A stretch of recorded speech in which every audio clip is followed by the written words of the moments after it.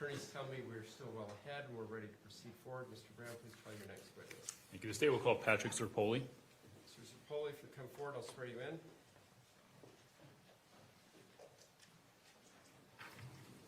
You swear or affirm under the laws of the state of Utah and guilty of perjury that the testimony given in this matter today will be true and correct, so help you God. I do swear. Please have a seat up there. I know you've testified before, so just keep my admonitions in mind, please, from the past.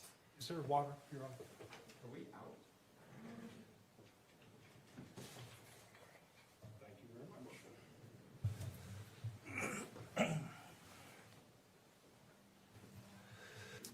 May I proceed? Mr. Zirpoli, would you please state your full name? It's Patrick Zirpoli, and the spelling is Zirpoli. Thank you. And Mr. Zirpoli, would you please, how are you currently employed? I'm currently self-employed. In what capacity? I'm a consultant in basically violent crime homicide. I provide expert testimony, expert case consultation nationally, and I train both nationally and internationally. Okay, let's talk a little bit about your experience that brought you to owning your own business. How'd you start out your career? Okay, I started my career in 1989 with the Pennsylvania Department of Corrections. I worked for them for about 2.5 years. And then I went into the Pennsylvania State Police, and my focus in the state police was really violent crime and homicide. And I worked in that capacity up until 2015. I was also mentored outside of the state police by experts in the fields of staged crime scenes, equivocal death, criminal behavior, in areas of that nature. And my last duty assignment with the Pennsylvania State Police, I was the supervisor of our Criminal Investigation Assessment Unit, which is the behavior unit for the Pennsylvania State Police. And to best describe the state police, because law enforcement is different in every state, we are the state investigation agency for Pennsylvania. Like, we have a Bureau of Criminal Investigations that handles all major crime within the state, except for in cities like Philadelphia, Pittsburgh, Scranton, some of our bigger cities, but we handle everything throughout the state. Okay, thank you. So if I want to make sure I caught that date correct, you started with the Pennsylvania State Police in 1992? Yeah, it was right around 92. Okay, and you retired in 2015, you said? Yes. Okay. In that amount of time, I think you testified you were primarily violent crimes, homicides, and what was the third thing you said? Violent crimes, homicides, child abductions, things of that nature. In that amount of time, so say that 23, is my math right? Roughly 23 years, how many homicides did you say you investigated? Hundreds, if not more. And I not only worked for the Pennsylvania State Police, but I was also a member of different societies throughout the country where we would review unsolved homicides or active homicides. Responsive to the question. I think it's a little verbose. Just please be more direct in your response, sir. Okay, so you said hundreds, Yes. right? You referenced in your experience with staged crime scenes, correct? Yes. How many of those homicides would you say, if you could estimate, had staged crime scenes in your opinion? Upwards of 500, I would say. Okay. Have you received any sort of particularized or specialized training in staged crime scenes? Yes, I have. Have you given any trainings in staged crime scenes? Yes, I do. I currently do. Okay. You mentioned in 2015 starting this and doing some expert consulting, correct? Yes. Is that part of that consulting? Yes, it is. Where have you trained on staged crime scenes? I have trained all over the country, and I've trained for the American Academy of Forensic Science. I've trained in South America on staged crime scenes. Illinois, Utah, I've trained here multiple times in this state on staged crime scenes. It's part of a program that I have put together, and staged crime scenes is part of that program. Okay, thank you. When you are looking at a crime scene generally, just kind of speaking not to this case specifically, what sort of information do you consider? When I look at a crime scene, my view of it is evidence-based, and I kind of look at it, especially at the crime scene itself, I almost look at it like a football field. End zone to end zone, that's the crime scene. and that's what I look at. Any evidence that's at that scene, including verbal statements or written statements that come from people who are at the scene. So that's kind of, I call it white noise. I take everything else and just focus on that. Okay. What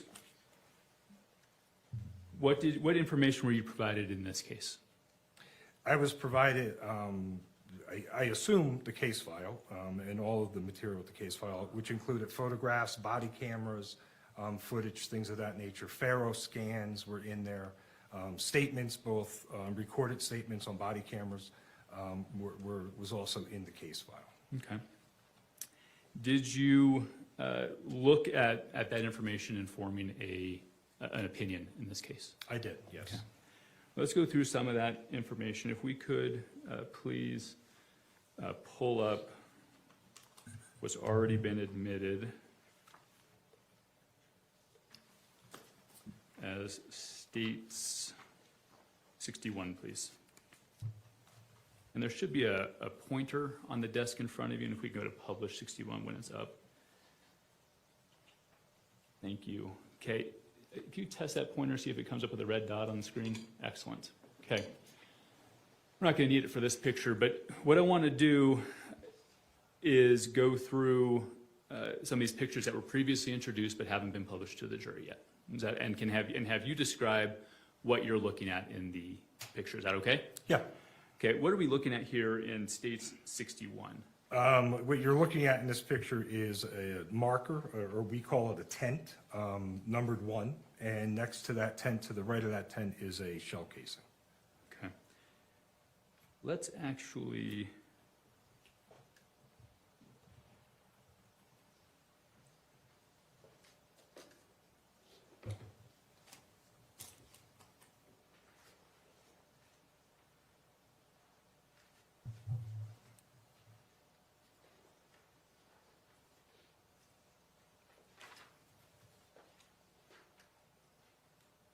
Let's actually do a more zoomed out view. Could you go to States 60 first, please? There we go. Okay, could you describe what we're looking at here? Okay, what we're looking at here is a living room area of the residence with multiple tents that are marking different pieces of evidence that are in that area. Okay, and when you say tents, what do you mean? They're the markers that you see, like number 1 that we just saw, that's what they are, but they're different numbers. Okay, and in the orientation of the Grist home, what are we looking at? We're looking towards the front door from kind of the kitchen area. I'd say we just came around the corner from the kitchen and we're looking towards the front door. To orientate this to where the victim was, he was at that hallway just to the top right-hand corner of the photograph, right here where the pointer is. That's the hallway where the victim was located.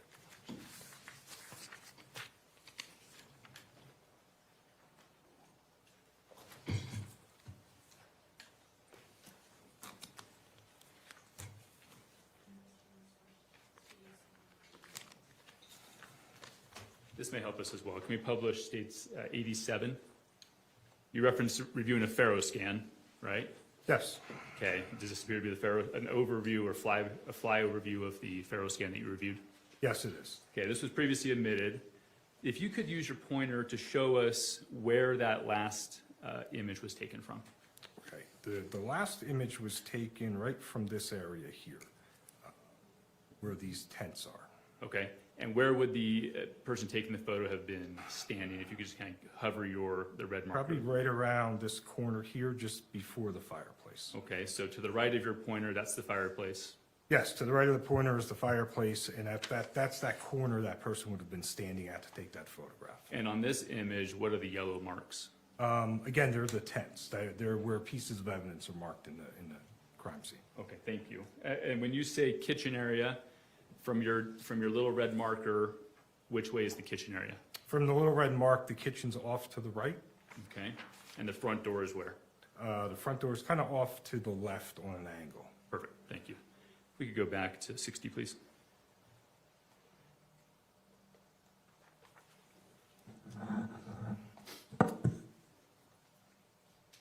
Great. So now this is that zoomed in view that we were just talking about, correct? Yes. All right, so now let's go through those tents. We already did 61, but if we can go back to that, please. Yes, please. Okay, what is this first marker? The first marker is a marker number 1, and again, it's a shell casing to the right side of the marker. Okay, and then if we can go to 62, please. What are we looking at here? 62 is tent 2 and 3, again with shell casings at both tents. Okay, 63.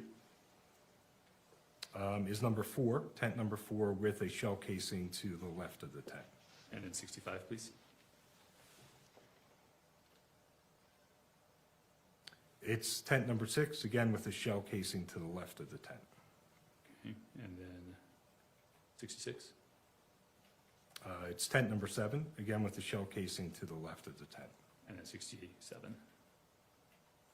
And that's number 8, and with a shell casing to the left of the tent.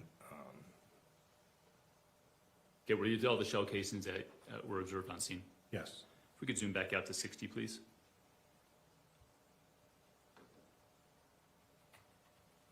Okay, the marker in the bottom right corner, which marker is that? That's number 8. Okay, and that's the one we saw last before we came back to this, correct? Yes, yes. Other than 8, do those markers that we're looking at, do those all indicate the shell casing placement? Yes, they do. Let's go please to states 68. Okay, what is state 68 showing? This photograph shows 2 objects. It shows tent number 1 with the shell casing in it in the top left-hand corner, and tent number 2 with a sandal kind of in the center of the picture. Okay, and then states 69, please. 69 is tent number 11, again with the matching sandal in the center of the picture. If we could please go to 70. What are we looking at here? 70 is the firearm that was used in this incident. The photograph was taken on the kitchen counter, and it's marked by tent number 12. And then states 22. This is the knife that was at the scene, again on the counter, and it's marked by tent number 13. Then let's go to 70. Well, let's pause there for a second. Well, no, let's do 72, please. 72 is tent number 14, showing a bullet hole in the corner of the wall just to the left of the fireplace. Okay, just let's do all these bullet holes, and then we're going to pull that Faro scan back up, and I'm going to have you show me on the broader picture. Okay. Then let's do 73, please. 73 is tent number 15, again with a bullet hole in a door. Okay. 80, please. 80 is marker number 16, again with a bullet hole in the door. 82. 82 is tent number 17, depicting blood running down the wall. 83. Is number 18, depicting blood on top of a shelf in the hallway. 84. 84 is 19, again depicting blood on a wall. 20. I'm sorry, 85. Is tent number 20, again depicting blood on the corner of a wall. Just right below. Just below 19, I 19. believe it is, yes. Okay. If we could please do 76.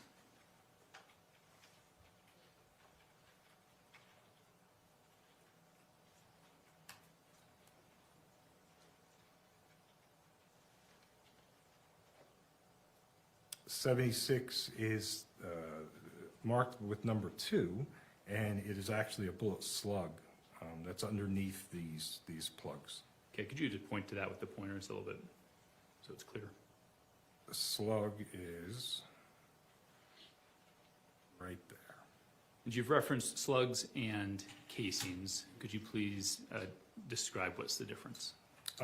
If we put them back together, it's a bullet. So when you fire a bullet, The slug comes out of the bullet, and the casing is what actually holds it in place, and that's ejected from the firearm. If we could go to 77, please. Again, 77 is marked with number 3, and it's another slug that came from what's depicted on the floor with blood around it. Okay. 74, please.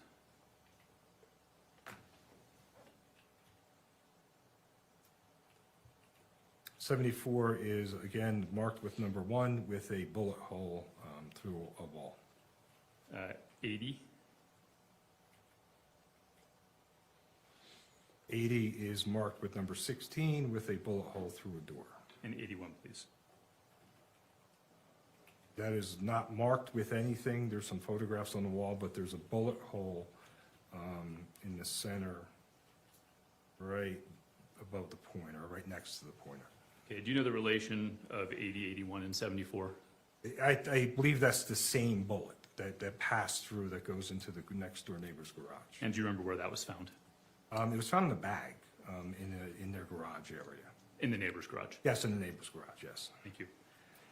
If we could then go back to that Faro scan, and we're going to go through just briefly, those bullet hole locations. I think it was 86. No, actually, no, this one, 87 is fine, but can we zoom in on the 88 then? Excellent. Okay, slightly different orientation, but with this, could you please show us which of the markers are denoting bullet holes? Okay, so in this scan here, Just using that red marker, and we can zoom in if you'd like. this here in the bottom of that door, just below that red mark, is a bullet hole. There's a bullet hole right here on the corner of that wall, just underneath the red marker. And sorry, if you go back to that first bullet hole, do you remember where that slug was found? That's the slug that was found underneath those corpses in that office area. Excellent, thank you. And then you referenced the one on the corner there of the fireplace. There's the corner one here. Okay. And that's that bullet hole into the wall. Okay. And then we have the bullet holes on the door, again, that correspond just above the red mark, that correspond with going through the wall, going into the neighbor's garage. Great, thank you.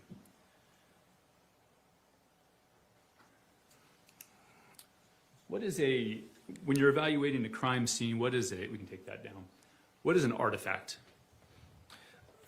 Definition of an artifact is something that's brought to the crime scene that's not part of the crime scene. So for example, if someone brings their DNA, if an officer leaves a glove laying there, if an officer leaves a boot print there, it's artifact to the actual crime scene itself. It's not part of the crime scene. And that's the definition of what an artifact is. And were artifacts observed in this crime scene? They were, yes. We could show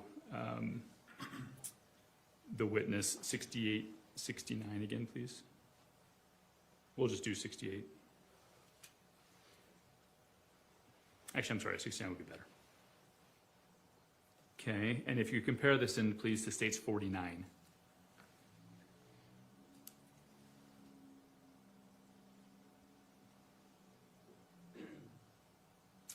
You've seen this body cam footage, correct? I have, yes. And could you describe the location of the sandals? If you look at the body camera footage, the sandals are inside the door, just inside the entryway of the door, just past where the door is. That's where they originate at. Okay, and then 69, which we don't need to show it again, but could you describe where the sandal is at that point? At that point in the photograph, the sandals outside the door. So at some point, that sandal's kicked outside the doorway. And is that consistent with an artifact? Yes, that's consistent with an artifact. Okay. If I could also show you 83, please.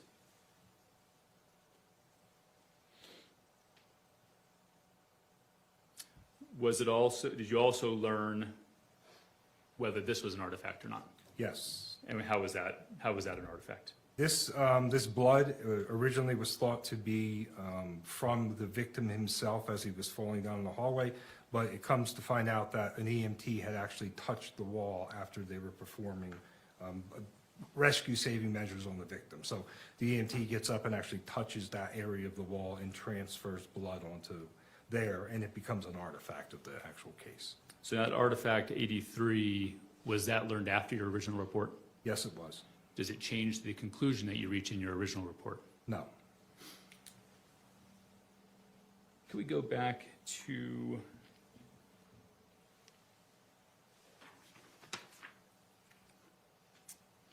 uh, 70, please?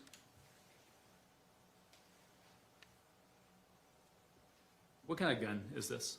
I believe it's a 6 hour. I forget what model number it is. P something. I forget the actual model number. Did you do analysis about how this particular gun ejects shell casings? Yes. Why is that a valuable tool for you in your analysis of the crime scene? If you look at a firearm and you know the ejection pattern of the firearm, then you're able to then orientate the shooter to where the casings are located. So we can almost put the shooter back in the area where he was at, just by the ejection pattern of that firearm. What is the ejection pattern of the 6 hour? The ejection pattern of this is to the rear and between 3 and 4 o'clock, meaning this. If I held a gun in my hand, this is the barrel, this is the back of the slide. If I put a clock on top of there and 12 o'clock was forward, then 3 o'clock would be immediately to the right, and then 4 o'clock would be just a little bit behind that. So that's how the shell casings eject from the firearm. Okay. And if we could put 88 back up, please. Yes, the Farrell overview, thank you. Based on that, where did you draw a conclusion about where the shooter was in this case? I did, yes. Could you please use the pointer to demonstrate where? In this area right here at the end of this tan couch. Okay, could you just tighten that up a little bit more? It looks like it was moving quite a bit. Okay. Right in that area there. Because are those yellow markers, are those silver tents denoting the shell casings that you described earlier? Yes, they are. Okay.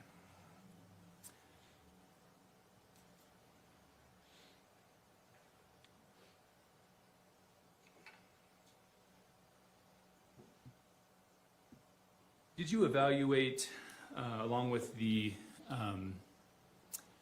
body cams, the statements, the Faro scans that you talked about earlier, did you also evaluate the medical examiner's report? I did, yes. Did you use that in forming any of your conclusions? I did, yes. Is that a typical thing for you to do in your field?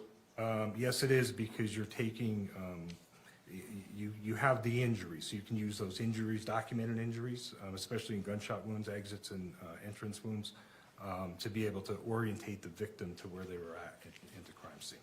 Okay. Can we please put up states 44?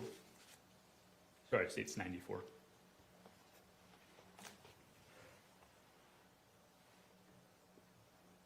Was this the body diagram that you reviewed? Yes, it was. Okay, and medical examiners already talked about these, but would you please denote which of these injuries were entrances and which ones were exits?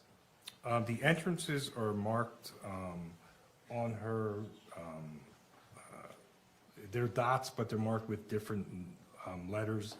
If you see here, like A, B, C, E, I, G, H are all entrance wounds, and there's only 2 gunshot exit wounds that are marked with an X. They're on the front hip area here, here, and then there's one here in the wrist. What about the one above F? And then one right here above the abdomen is also an X. Okay, so 3. Right, yes. Okay. Did you review her findings regarding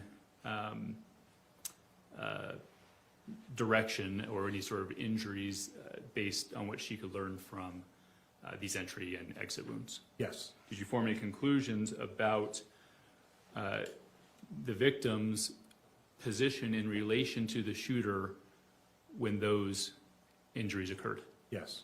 And what conclusions did you reach? The conclusion I reached is the original gunshot wounds were face to face when the original gunshot wounds happened, and then the victim turns and that's when you get those gunshot wounds in the back, including the one in the wrist that comes from the rear and exits in the front.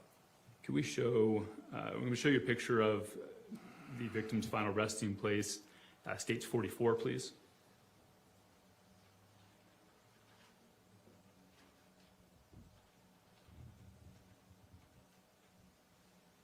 When you look at this photo, what does his positioning in relation to the room around him tell you? He falls directly down into this position here. That's why he begins forward and then he turns into the hallway, and this is where he falls immediately down. Let's go back to 88, please.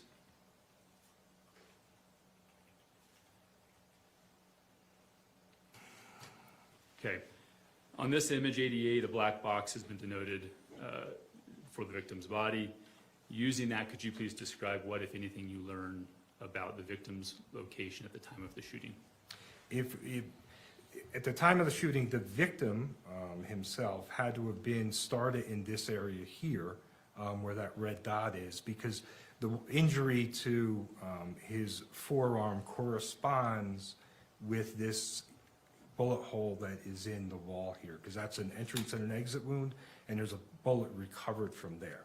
So he's in this, it starts in this area here and turns to go down the hallway, and that's when he's shot from the rear and falls down. Okay, thank you. If I could show you States 44 again, please.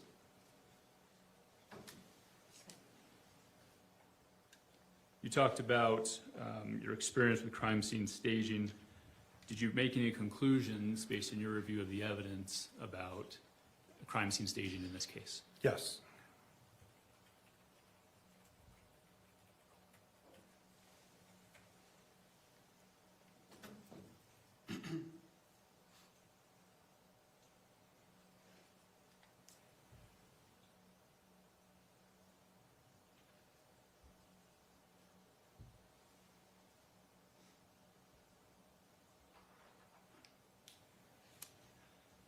So stage 44 is back in front of you.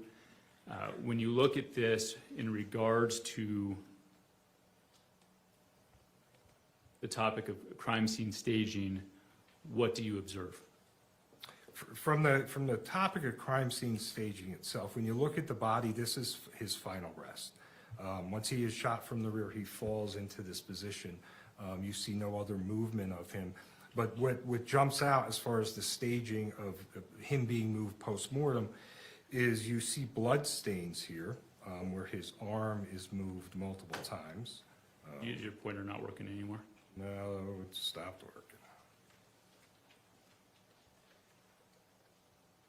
Okay, we'll do it the old-fashioned way. If you could just describe on the picture what you're referring to when you say blood stains. Okay, so if we look at the victim in this picture here, just above his right shoulder, you'll see it's more concentrated than the other stains that you're going to see. You'll see a blood stain there. That's final rest. That's where he falls down, and that's where his wrist is bleeding and leaves that blood stain there. And then as you move out further, just above that, you see a lighter stain of blood. So when we look at blood stains need a source. So something has to be bleeding to leave that blood there. And the only source that we can have in this crime scene above his chest area is his forearm. So those stains have to come from his forearm. So his forearm is being manipulated, being lifted and put back down again. If he was dragging his forearm, those stains would look completely different. You'd see kind of drag marks across the carpet in blood versus it just being a stain where it's put straight down in blood. Okay, may I approach the screen over there just so I can point to?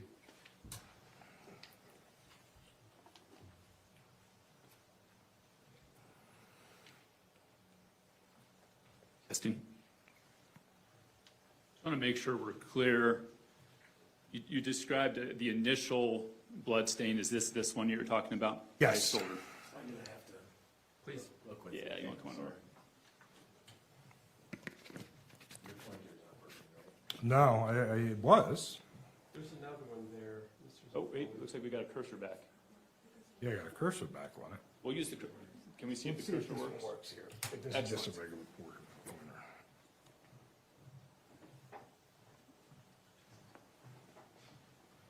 So I have the, oh, there, now it's back again. That first, So there, it's just above here. This is right to the right, or to the left of that red dot. That's that initial blood stain that we talked about. okay, and the second one you talked about? The second one is right here. Can we pull up that body diagram, States 94, please?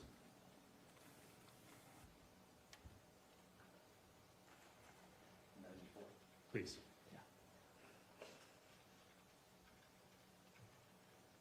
And you test, were there any injuries observed on this above G? No, no, there's no injury above G on this body diagram. So in your opinion, what was the only source, possible source of that blood stain by the victim's shoulder? The only possible source is from the wrist, is from when he was shot through the wrist. I'm going to show you States 45, which is after the body is moved by medical personnel.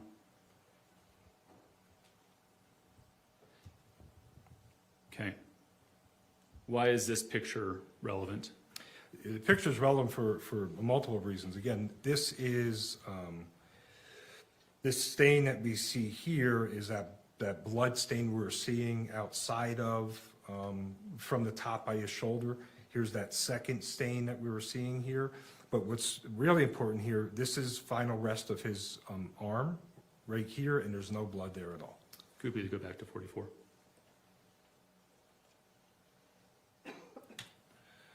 So when you say final rest, could you circle where final rest is on this image?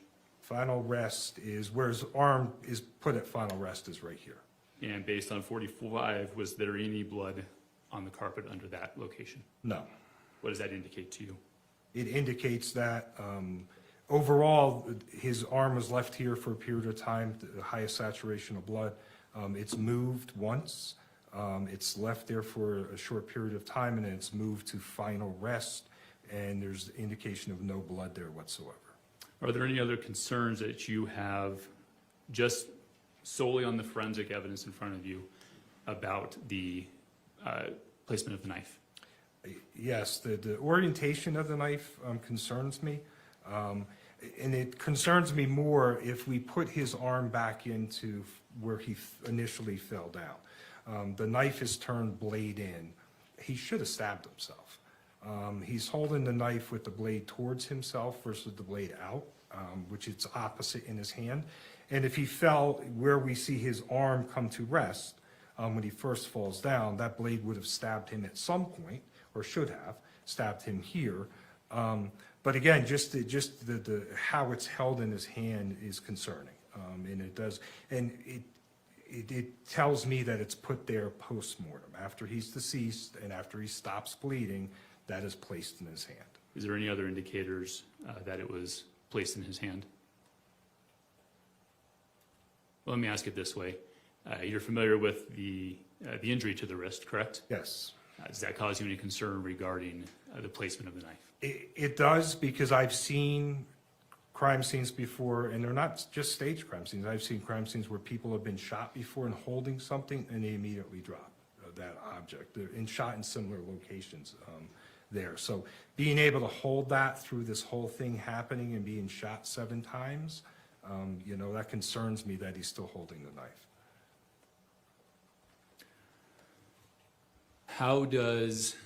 Are you aware how long between the neighbor reporting shots and Miss Grist calling 911? Are you aware how much time passed? I know it's documented in my report, I think it's somewhere between 8 and 9 minutes. I think that was the time frame, and I think that comes from timing on different video surveillance and things of that nature, but I think that was the kind of the range of the time. Does that passage of time between the report of shots and Tracey calling 911, does that factor into your opinion at all about the staging of the crime scene? It does, yes. How so? Because that's the time to stage the crime scene. That's the time to figure out how you're going to make this look like something it wasn't. Okay. 1 second.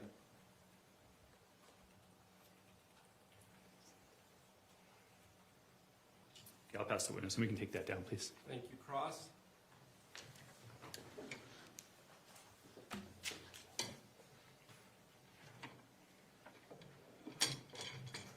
Good morning, sir. Morning. Zirpoli. Yes. There we go. Yeah, excellent, perfect. It's the hardest part, right? That was the hardest part. All right. So, one moment. I don't know what number the picture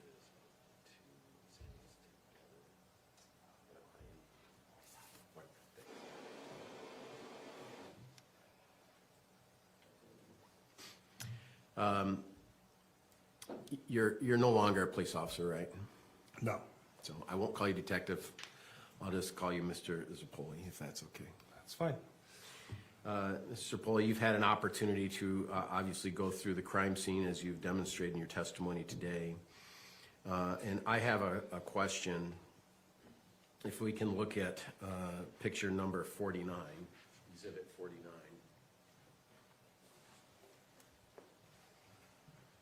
In exhibit 49, do you know where this picture comes from?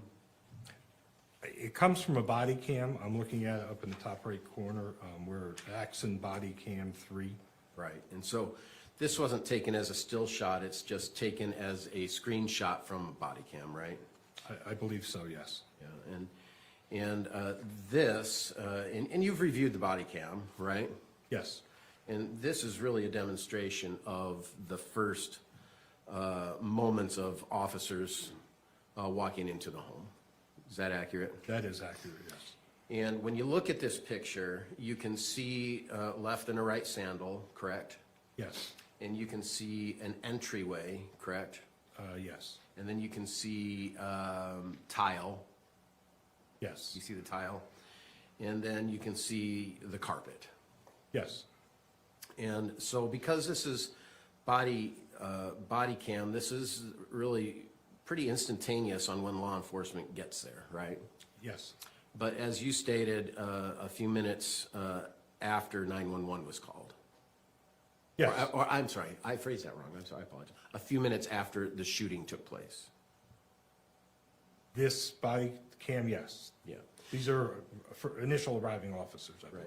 So we had the time of shooting, which is not an exact known, but it's pretty close, right? A time of shooting. Yes, Then you have a time of 911 calls. yes, And then we have a time of law enforcement arrival. yes, Right.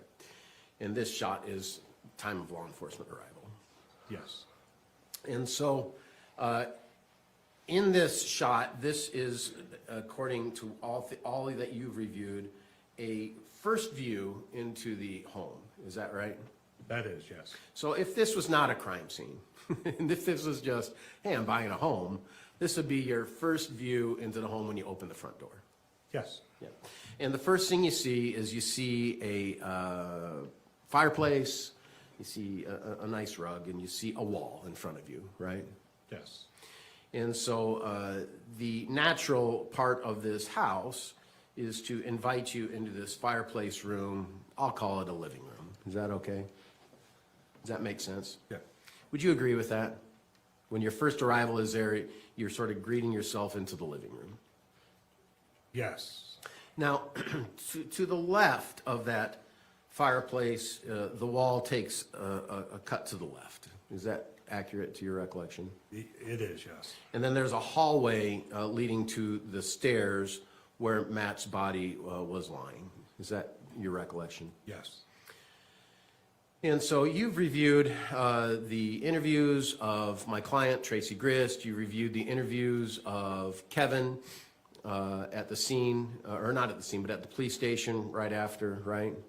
yes, And my client states, Tracey states, that Matt came and she was sitting at the counter.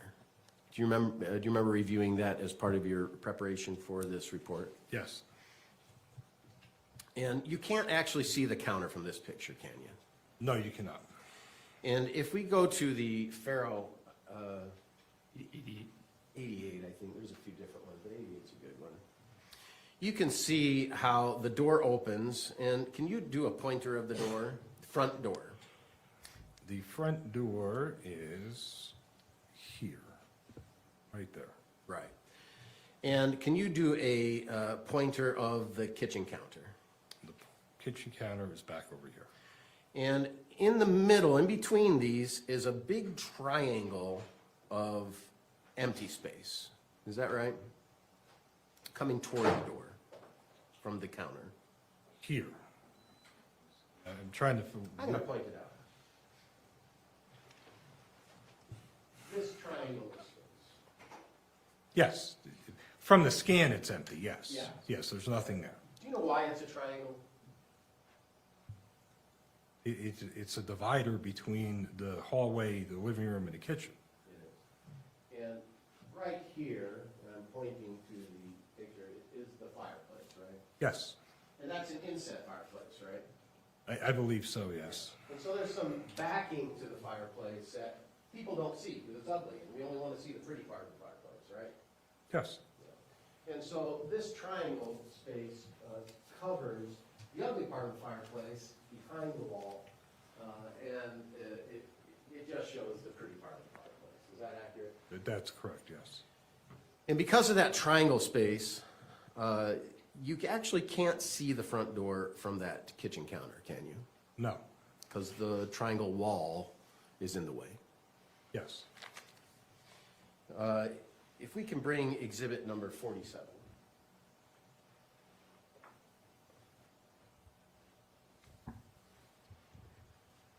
Exhibit number 47, what do you see in this picture? I see it's taken from within the living room, looking towards the front door. There's a blanket on the tan couch there on the corner with some pillows, and then there's two, I assume they're EMTs, off to the right of the picture. Do you know how many people entered into this house as part of this night's investigation? I do not know. But we see from this picture, there's at least two, right? Yes, We also have seen from body cam that there was at least a couple other officers that we saw on body cam, right? Who came from their individual body cam into that residence. You recall that, don't you? yes, And so we also had Kevin in the house, is that right? yes. And where was Kevin standing approximately when the first law enforcement came into the residence? Do you remember? He was standing in the living room area, so almost, I'd say close to where this picture's taken, but maybe a little bit more into the living room. And this would be his view. His head was down and his hands were sort of up, and he's to the right, when you open the front door, to the right of the front door. Is that Yes. your recollection? Yes, Now, you described the word artifact. yes. And as I understand artifact, and if I'm wrong, I apologize, you know, I'm just trying my best, but is an artifact a piece of evidence that has been moved? That could be artifact too, by definition, yes. So in this photo, number 47, we have the two sandals there, don't we? Yes, And at that point in time, we know that Tracy and Kate and Kevin are already out of the house at this point, don't we? yes. And so when that sandal moved, and if we can go now to exhibit number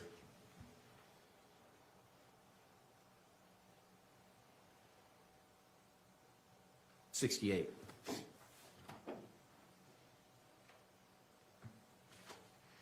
When that sandal moved, did that sandal become an artifact? This sandal, I don't believe moved, it's the other sandal that moves. Okay. So you see this sandal, and it's completely on carpet, right? Yes, Now, if we can go back to exhibit number 49.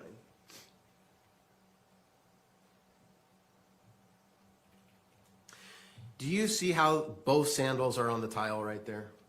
they are. So both sandals were moved from their original location, yes. Yeah, both sandals were moved. And they're moved, maybe not intentionally, but they're just moved as part of the, and Mr. Zirpoli, let's be honest, part of the craziness that's going on in the house with a dead man there. Isn't that true? There's a lot of people trying to help the situation. This sandal wasn't moved intentionally, do you think? No, No. But there was a lot of things going on to try to assist his life and to try to help the deceased. yes, I guess the same could be said about, and if we could go to the Farrell.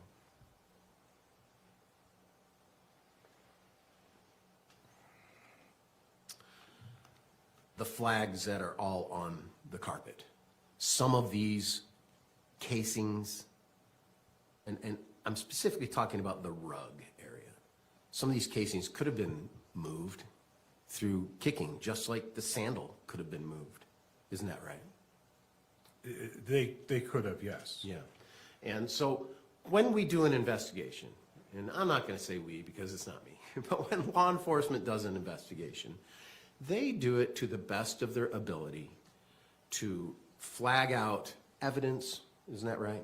Yes, But their first responsibility on entering is to protect someone, isn't it? it is, yes. And so their first duty is to provide assistance and protection, and their second duty is to then investigate. Would that be a fair assumption of law enforcement's responsibility? Yes.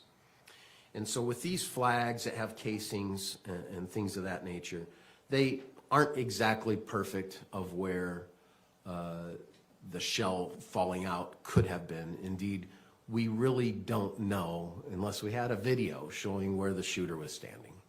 Isn't that accurate? No. Okay, and explain to me how you can come up with that and that none of these casings had been moved like the sandal had been moved. I didn't say none of the casings, but you have to take everything into consideration, trajectory of bullets, where the bullet holes are corresponding to the injuries in the body. So once we start putting all of that together, you can then kind of put the victim back in his position. And if you can put the victim back in his position, you can then put the shooter back in his position, which corresponds to these casings. Okay. And so I think one of your statements today is that the flag, I'm just going to refer to them flags, okay? The flag on the corner wall, just southwest of the fireplace on that wall, do you see what I'm referring to? Yes.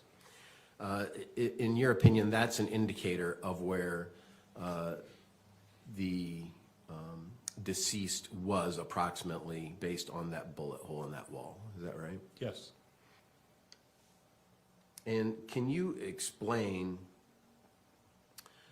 the blood that was above the vent, you know, the line of blood? Can you explain how that got there?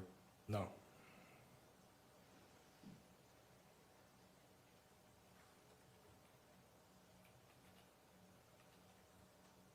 Do you know whether or not Matt moved after he fell down? From his body position, my answer would be no, he did not move. And is that because of the blood markings by his head and a bit above his head? And the other blood markings under his body, yes.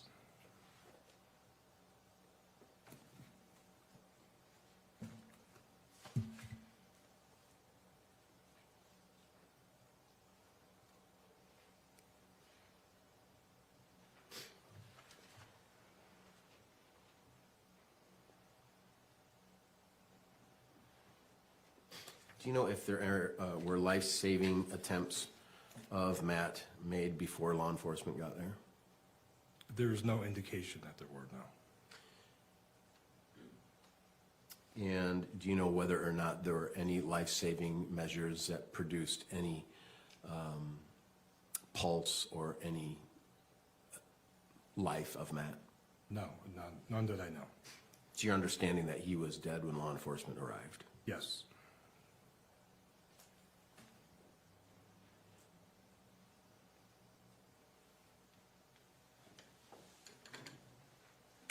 And with these casings, and some could have been moved and some could have not been moved, I guess we agree on that, is that right? Yes. Yeah. You can come to an approximate area of where the shooter is, but it's not an exact location, but approximate, correct? That's correct, yes. And what's the bubble of approximation, do you think? I think the bubble of approximation is right in this area at the end of the couch. I think the bubble is, Can you do that with? if this thing works again, I think the bubble is in this immediate area right here, right by this end of this couch here, which corresponds with the bullet holes in the doors, the bullet holes in the walls, and it moves around the corner as this is occurring. As he's going down the hallway, the shooter's also moving at the same time. Moving toward the couch? Moving away from the couch, moving towards the door. Because when you start looking at trajectories of bullets, these are forward into this wall, into this door here. So it goes straight through the door, straight through the wall, straight into the neighbor's garage. So you have him then making a turn, the victim making a turn down the hallway.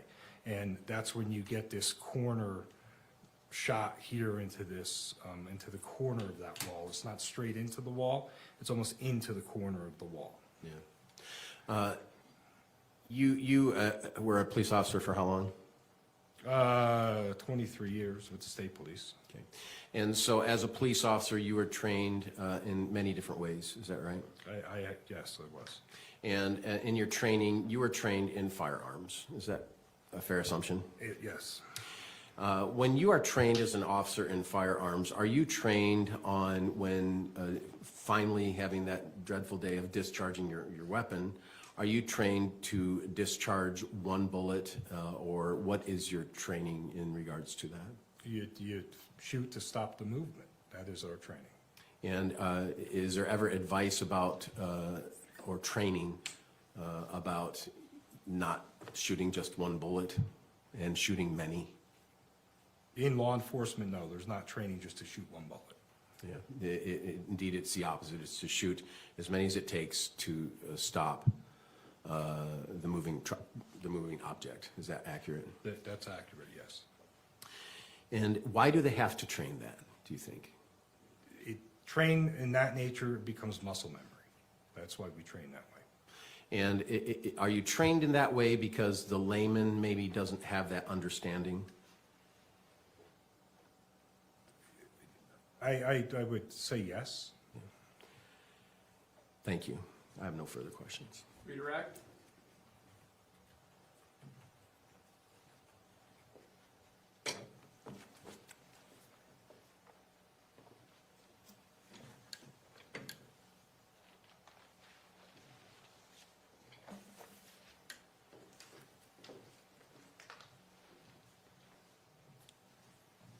Just one line follow-ups.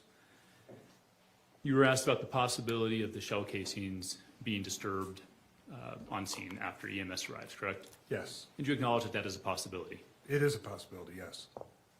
Were the shell casings the only piece of evidence that you used to determine the likely position of Mr. Ellis when he was shooting? No. What were the others? The entrance and exit wounds on the body itself from the autopsy, plus the entrance wounds and exit wounds into walls and where bullets were recovered. Once you can kind of put all that together, and more importantly, the trajectory of bullets, like how the bullets are passing through the body, you can then use all that information to put them, or put the shooter where he is at the time. Is it fair to say it's like a math problem where you add all the pieces together? It is, yes. You cannot look at just one thing. You look at all of it, the totality of the circumstances, then tells you where people are at that time. And finally, does anything about the possibility of a shell casing being disturbed, the possibility of that, does any of that change your opinion on the placement of the knife post-mortem? No. Okay, thank you. Recross. No, Your Honor. This witness be released. Only you may step down, sir. Thank you. Thank you, Your Honor.